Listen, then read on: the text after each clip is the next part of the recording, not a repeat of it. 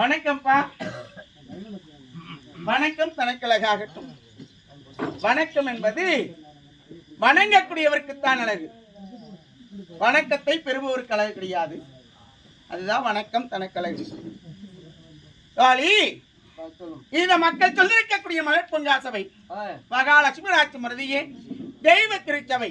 திருச்சபை நாடி அம்மன் விடியற்கால நல்ல வேளையில் பிராப்தமாகின்ற போது நான் யார், என் நாட்டை சேர்ந்தவள், என்னுடைய பெயர் விளக்கம் என்ன சொல்லணும்?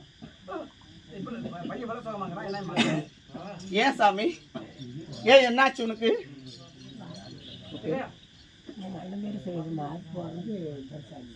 மாதா சுபேஜயம்